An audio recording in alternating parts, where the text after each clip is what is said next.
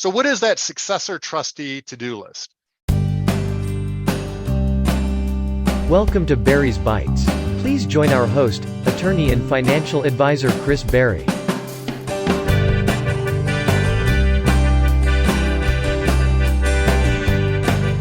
First of all, you need to establish your authority as trustee. If you're stepping in as a trustee for someone who's incapacitated, typically there's incapacity language that says, hey, we need 2 licensed physicians to sign off to say that this person's incapacitated, and then you could step in as trustee. Or if we're dealing with a situation where someone passed away, we need a death certificate.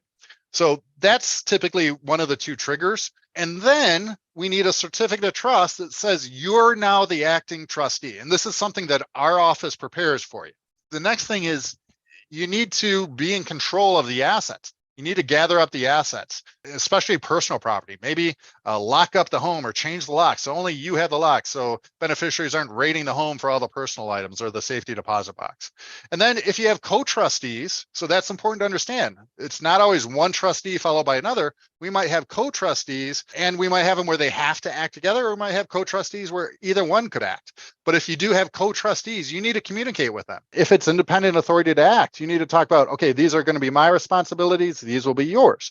Or if it's joint and you have to act together, like you need to start that process and say, okay, who's going to kind of gather it up? We both have to sign everything. And especially if it is joint with independent authority to act, you might want to delegate some of the tasks.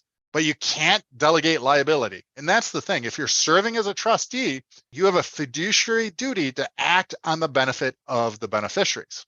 Another step in terms of the successor trustee to-do list, set up proper accounting procedures. You can work with a CPA, you can work with us. You should establish communication with creditors and beneficiaries, and you should invest as a prudent investor should, meaning you shouldn't take all the money in the trust, put it on black, and call that an investment strategy. One of the big things is just resolve any family disputes as soon as possible, whether it's between trustees or beneficiaries. The sooner you can, as successor trustee, identify what are the potential issues or pitfalls just from a family standpoint, you're going to be in a better position. And we always advise, like, try to work that out between yourselves.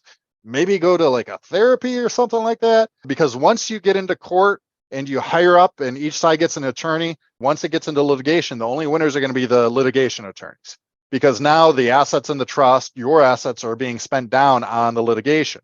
So again, if you can kind of nip it in the bud as soon as possible, you're going to be in a much better position. And then also just follow the trust directives. The trust is a rule book. You have to follow the rule book. And this is where, God forbid, you pass away, you're one of our clients, we would sit down with your successor trustee and go through it and go step by step. These are the things that need to happen. And when you do distribute the assets, depending on the situation, you might want to get receipts, you might want to get signatures to say, yes, this person has received their distribution.